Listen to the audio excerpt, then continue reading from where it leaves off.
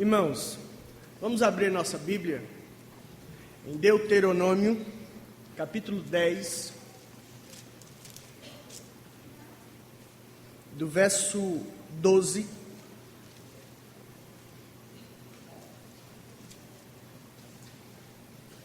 em diante.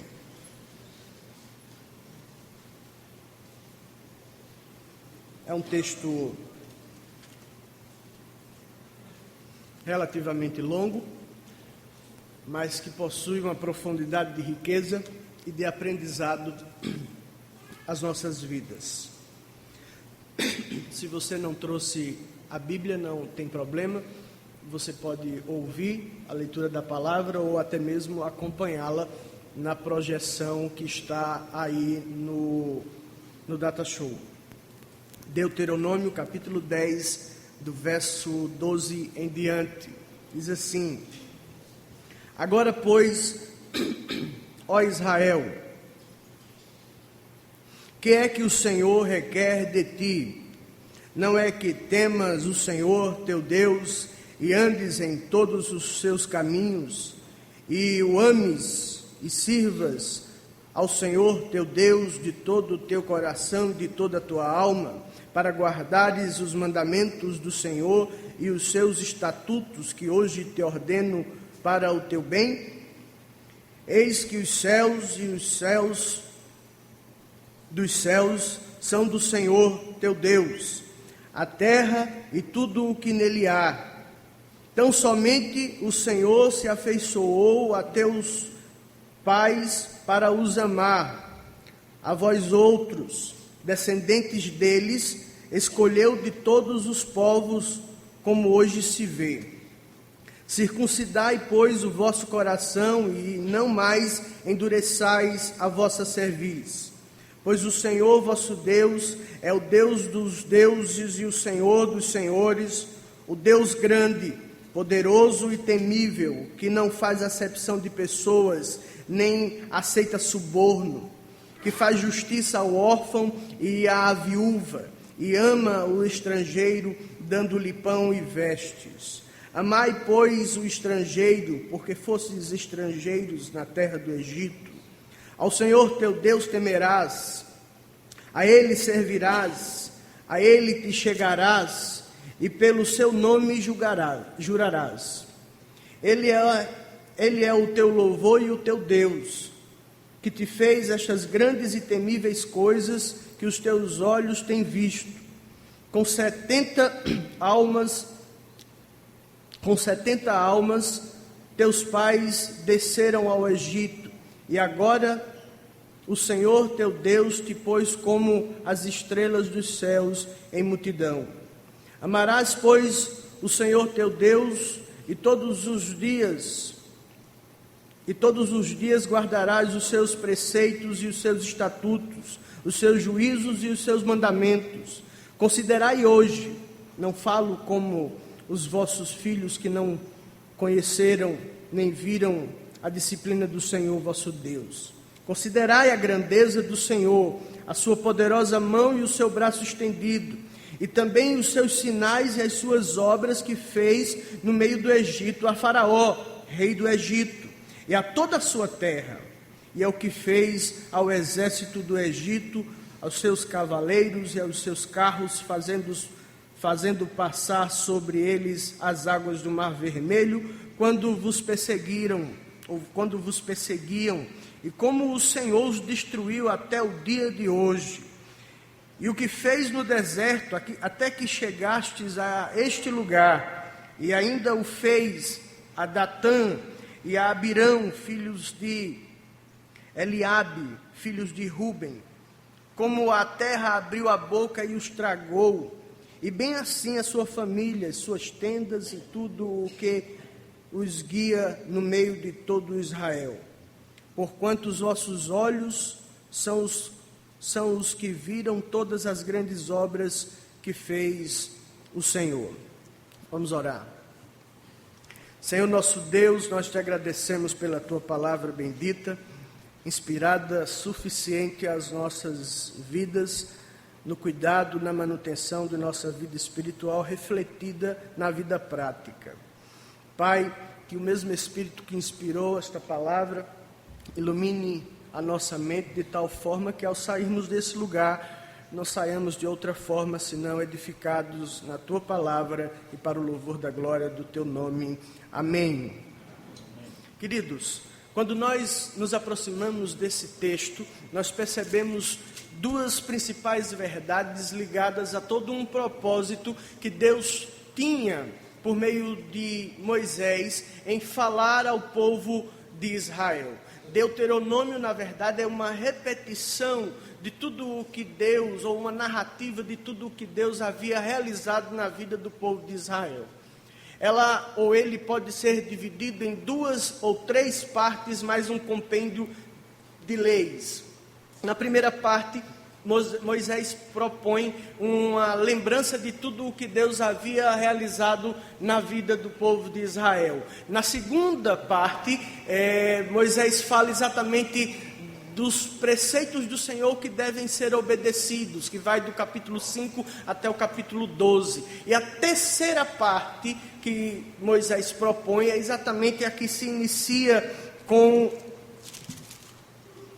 o versículo 8 do capítulo 11, que são os benefícios advindos, da obediência às leis do Senhor. Mas um compêndio de leis que Moisés propõe, estabelece diante do povo de Israel, para que este povo pudesse então se conformar, obedecer à palavra do Senhor, que era imperativo, era necessário para que tudo andasse bem, para o bem do povo e para a glória e louvor do Senhor. Nós iremos nos deter no aprendizado na segunda parte de Deuteronômio, que Moisés escreveu 620 anos antes de Cristo, quando o povo, na verdade, estava prestes a, de fato, assumir a promessa que Deus havia feito outrora de que o povo herdaria uma terra que mana leite e mel, era a terra de Canaã.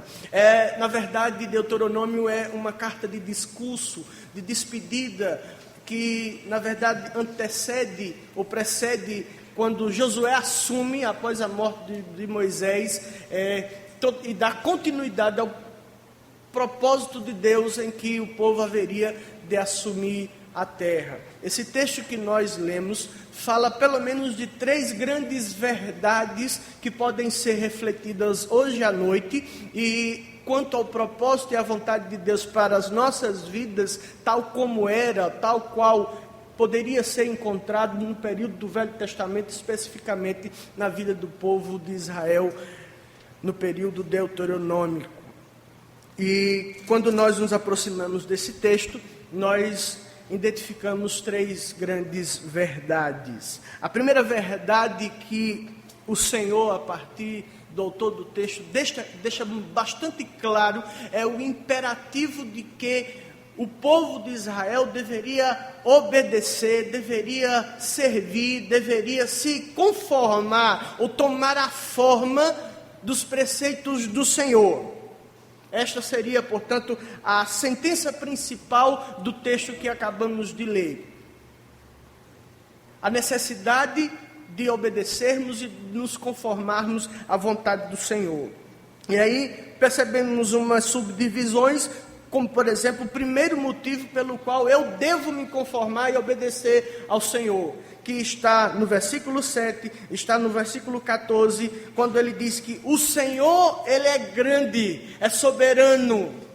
Ele foi quem criou e estabeleceu todas as coisas. Quando ele diz, eis que os céus e os céus dos céus são do Senhor, teu Deus, a terra e tudo o que nela há. No verso 17 ele diz, pois o Senhor vosso Deus é o Deus dos deuses e o Senhor dos senhores, o Deus grande, poderoso e temível, que não faz acepção de pessoas, nem aceita suborno, que faz justiça ao órfão e à viúva e ama o estrangeiro, dando-lhe pão e vestes.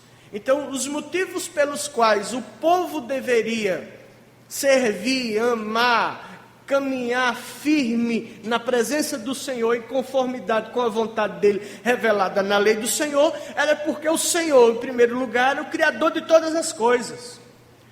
E o fato de Deus ser o Criador de todas as coisas e o mantenedor delas, faz com que Ele deva ser adorado. Ele é supremo, absoluto. Ele está, como o verso 17 propõe, acima de todos os deuses, com D minúsculo. Porque, na verdade, estes outros deuses não passam de invenções do coração idólatra do homem.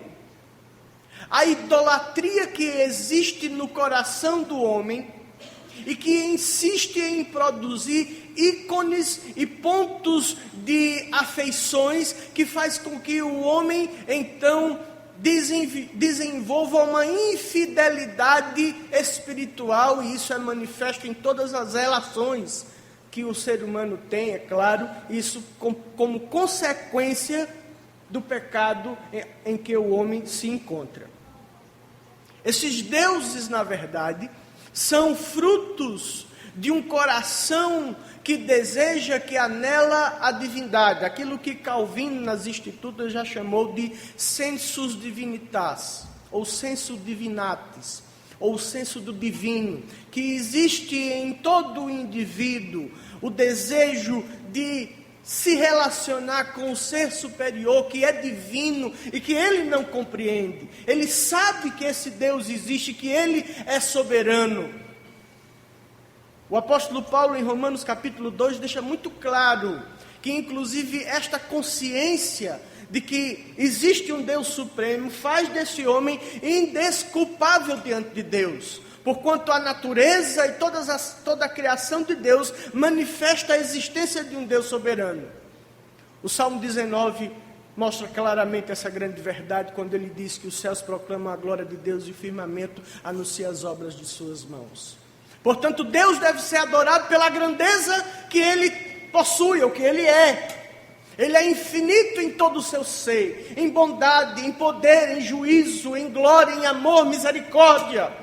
Ele manifestou a sua bondade e os seus atributos, comunicando aos homens tudo o que concerne aos seus propósitos a respeito do que Ele criou. E Ele se faz conhecido, se faz revelado. Mas o homem, por conta da queda, então se desvia, se transveste de uma outra perspectiva. Quando nós estudamos a perspectiva de cosmovisão, a partir de uma análise de alguns pensadores, teólogos, filósofos alemães, na verdade, o termo equivalente a cosmovisão são duas perspectivas, uma que cria a outra.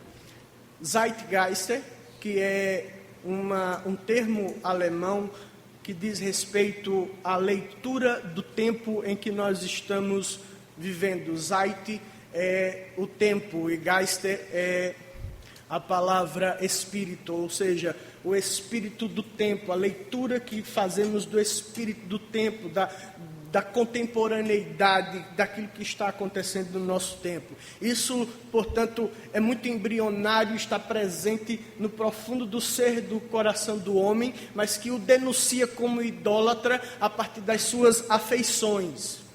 Ele não consegue, pelo estado de pecado em que ele se encontra, adorar a Deus como deveria adorar por conta do pecado. Isso gera uma cosmovisão de mundo, ou Weltanschauung, que é um termo alemão também equivalente à criação da cosmovisão, que é a visão do mundo, é a maneira como o indivíduo enxerga o mundo, os valores, tudo aquilo que norteia as suas relações. Isso sempre foi uma realidade no passado, isso é uma realidade hoje para nós. O Zeitgeister do nosso tempo, a maneira como nós interpretamos o espírito do tempo ou as coisas que acontecem, e a cosmovisão que é formada. Essa perspectiva do tempo que está presente no nosso coração denuncia-nos a partir dos ídolos que nós estabelecemos para nós. Aqui o Senhor denuncia ídolos de fato, a idolatria a partir de imagens de esculturas.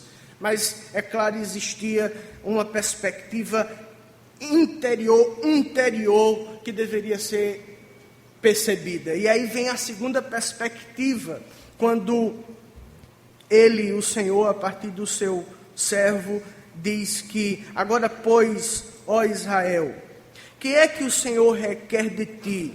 Não é que temas o Senhor teu Deus e andes em todos os teus caminhos, e o ames e sirvas ao Senhor teu Deus de todo o teu coração e de toda a tua alma, para guardares os mandamentos do Senhor e os seus estatutos que hoje te ordeno para o teu bem? A primeira perspectiva que eles deveriam ter é que o Senhor era grande, supremo, absoluto. Mas a relação que eles deveriam ter com a divindade, com o Senhor, Criador dos céus e da terra, não era uma divindade distante, transcendente, como os adoradores de Baal tinham com Baal, como os filisteus tinham com Dagon.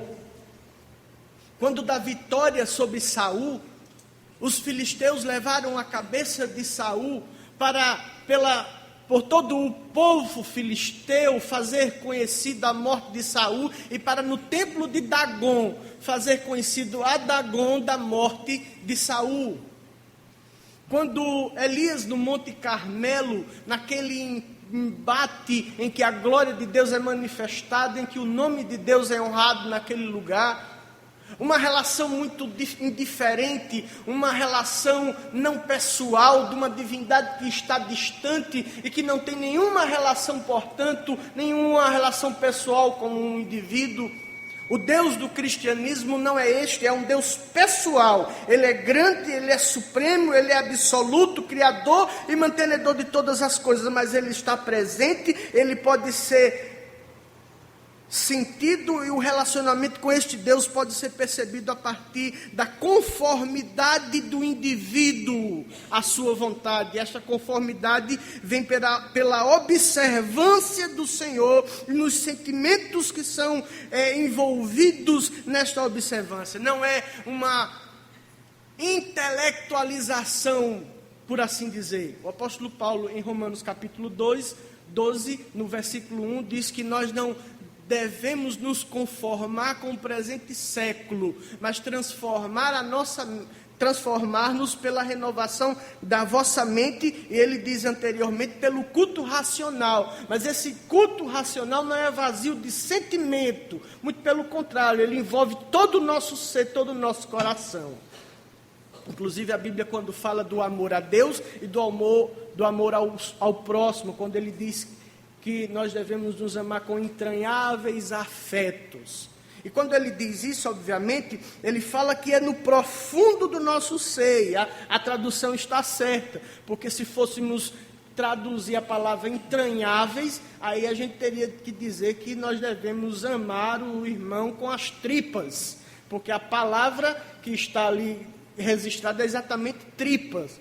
Porque quando a gente vai na montanha-russa e faz aquele looping, a sensação, obviamente, não é no coração, é aqui. Quando nós pousamos no avião ou quando decolamos, sentimos aquela sensação que é no centro do ser humano, e o judeu tinha essa perspectiva, que o centro das sensações estava não no coração, mas nas tripas. E, obviamente, Deus não está pensando que nós devamos amarmos uns aos outros e nem ao Senhor com as tripas. Essa não é a perspectiva, mas é uma perspectiva de profundidade do ser, onde o nosso ser está envolvido e todas as nossas sensações. Daí porque a Bíblia usa a linguagem de coração e de alma para expressar a profundidade do relacionamento que um indivíduo tem que ter com esse Deus que é transcendente, mas ao mesmo tempo é imanente, está ali perto de nós e é relacionável. É isso que Deus está falando. E ele continua no verso 15, quando ele diz: tão somente o Senhor se afeiçoou a teus pais para os amar. Ou seja, Deus comunicou amor, se aproximou daqueles homens caídos nos seus pecados, mas ele manifesta a sua misericórdia. Não apenas isso, na parte B do versículo 15, quando ele diz: a vós outros, descendentes deles, escolheu de todos os povos, como hoje se vê.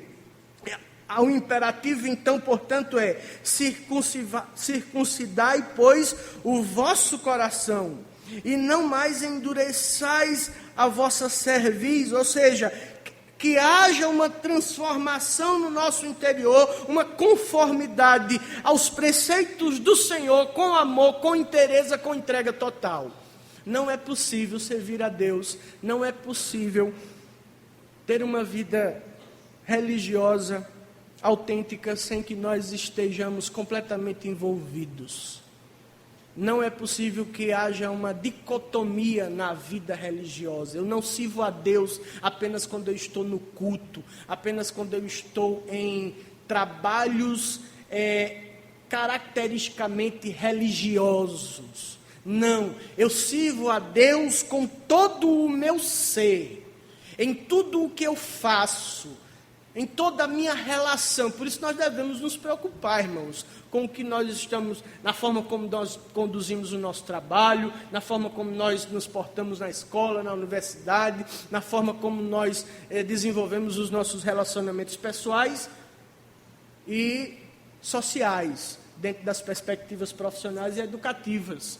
A nossa vida deve ser vivida na presença do Senhor. É desta forma que Calvino entende que a nossa vida acontece diante dele. É um termo latim, corandeu. Tudo que acontece diante da face de Deus. Nós estamos sempre diante da face de Deus, diante da presença de Deus. Tudo é visto, pesado pelo Senhor. Não apenas as nossas atitudes, mas as nossas motivações são vistas e pesadas diante dele. Por isso, nosso ser deve estar envolvido na adoração, no culto que o Senhor requer. E esse culto é em conformidade com a lei do Senhor. O verso 20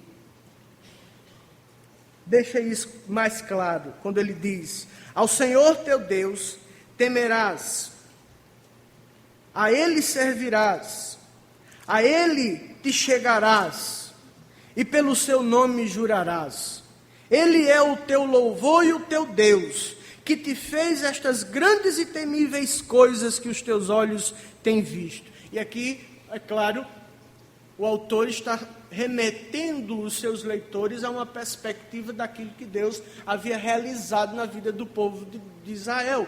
O que era que ele havia realizado? Ora, irmãos, Deus havia prometido em Gênesis capítulo 12 a Abrão que a partir dele Deus iria fazer uma grande nação tão numerosa quanto os grãos da areia da praia. E Deus não é homem para que minta, nem filho do homem para que se arrependa de todas as suas promessas, posto que todas elas são firmes no amém, no Senhor. Elas se cumprirão, todas elas. E o autor então remete o seu público, ou a sua audiência, melhor dizendo, a tudo aquilo que Deus já havia realizado no passado. Quando, ao entrar no Egito, 70 pessoas, que era exatamente o número da família que José recebe de sua família vinda agora ao Egito, e a partir daquele grupo de 70 pessoas, Deus faz uma grande nação, operando grandemente, livrando-os da mão dos egípcios, da escravidão do pecado. Por isso que o Senhor, inclusive, estabelece como estatuto perpétuo a observância da celebração da Páscoa, que para nós é a ceia, que representa exatamente o livramento da escravidão do pecado no qual nós todos estávamos inseridos. Éramos servos, escravos do pecado, mas o Senhor Jesus diz: conhecereis a verdade, e a verdade vos libertará. Se, pois, o Filho vos libertar, verdadeiramente sereis livres. Livres dessa condição de condenação de pecado que outrora nós estávamos, mas que pela boa mão de Deus nós fomos libertos. Pela boa mão de Deus, o povo foi liberto do jugo do Egito. E Deus operara grandemente, não apenas na sua fuga, mas na manutenção dela, quando, precipitando o exército de Israel com os seus cavalos e suas bigas, e todo o exército que foi de forma poderosa, sugado, destruído pelo Mar Vermelho, mostrava o cuidado que Deus tinha com a sua promessa, em detrimento, aliás, com o seu povo, em detrimento de sua promessa. O povo, então, deveria o quê? Deveria amar a Deus. Então, ele diz no versículo 1 do capítulo 11, amarás, pois, o Senhor teu Deus, e todos os dias guardarás os seus preceitos e os seus estatutos, os seus juízos e os seus mandamentos. Considerai hoje, não falo como os vossos filhos que não conheceram nem viram a disciplina do Senhor vosso Deus. Considerai a grandeza do Senhor e a sua poderosa mão e o braço estendido e também os seus sinais e as suas obras que fez no meio do Egito, a Faraó, rei do Egito, e a toda a sua terra. E o que fez ao exército do Egito, e aos seus cavalos e aos seus carros, fazendo passar sobre ele as águas do Mar Vermelho, quando vos perseguiram, e como o Senhor os destruiu até o dia de hoje.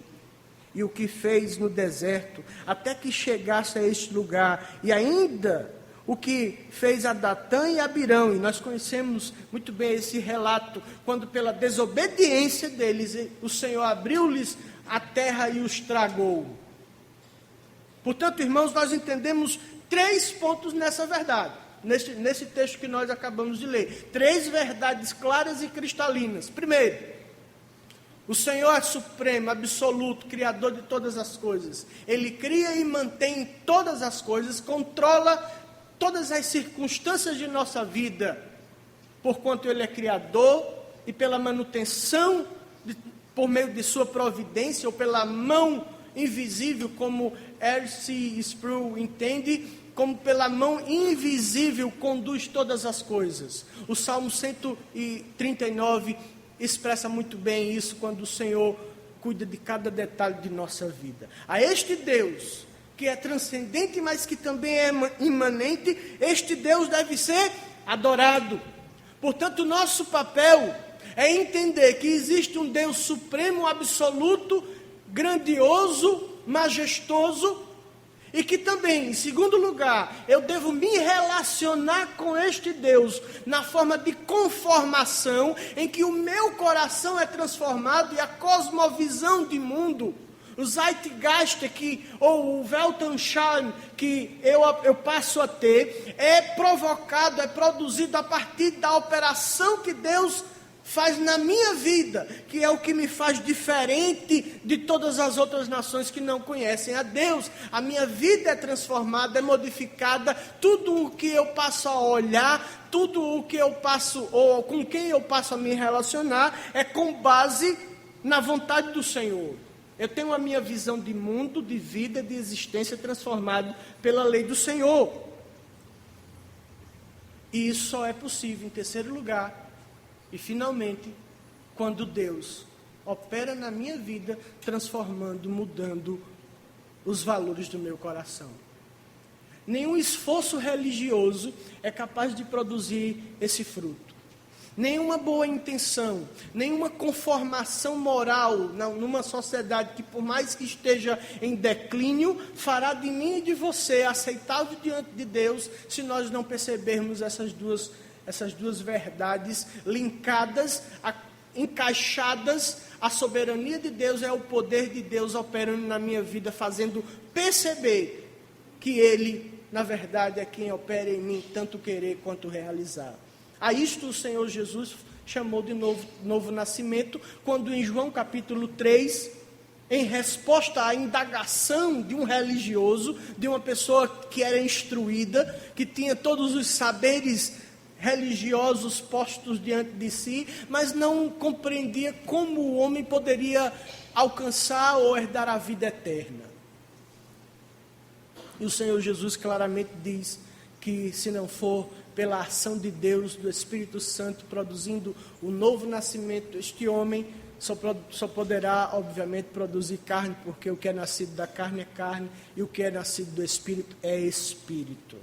Portanto, irmãos, Deus é soberano, supremo, majestoso, está exaltado acima nos céus. Este Deus deve ser adorado, e a adoração que Ele requer está expressa na vontade revelada ao povo de Deus na lei, a nós na sua palavra revelada e aqui posta diante de nós. Qual é o nosso papel? Nos conformarmos a ela, em obediência, em satisfação, em amor, com todo o nosso ser envolvido. E isso, na verdade, acaba sendo resultado da obra transformadora do Espírito Santo, aplicando os méritos da morte de Cristo nas nossas vidas. Porque nós só somos aceitáveis diante de Deus mediante o sacrifício de Jesus Cristo. Nós não somos recebidos diante de Deus de outra forma. Não adianta ser bonzinho, não adianta moralmente buscar uma conduta adequada, porque nós estaremos num círculo de idolatria, onde os ídolos do nosso coração sempre estarão postos e competindo espaço com a glória de Deus. E não há e não deve existir no nosso coração espaço para outra coisa, senão que nós o amemos com toda a nossa alma, com todo o nosso coração, com todo o nosso entendimento. Que não haja espaço para nada, mas sim o Senhor nas nossas vidas, porque Ele é tudo em todos. A Ele seja glória eternamente. Se você nunca experimentou disso, saiba que isso é possível. Que Jesus Cristo morreu para fazer isso ser possível. Quando Ele transforma as nossas vidas.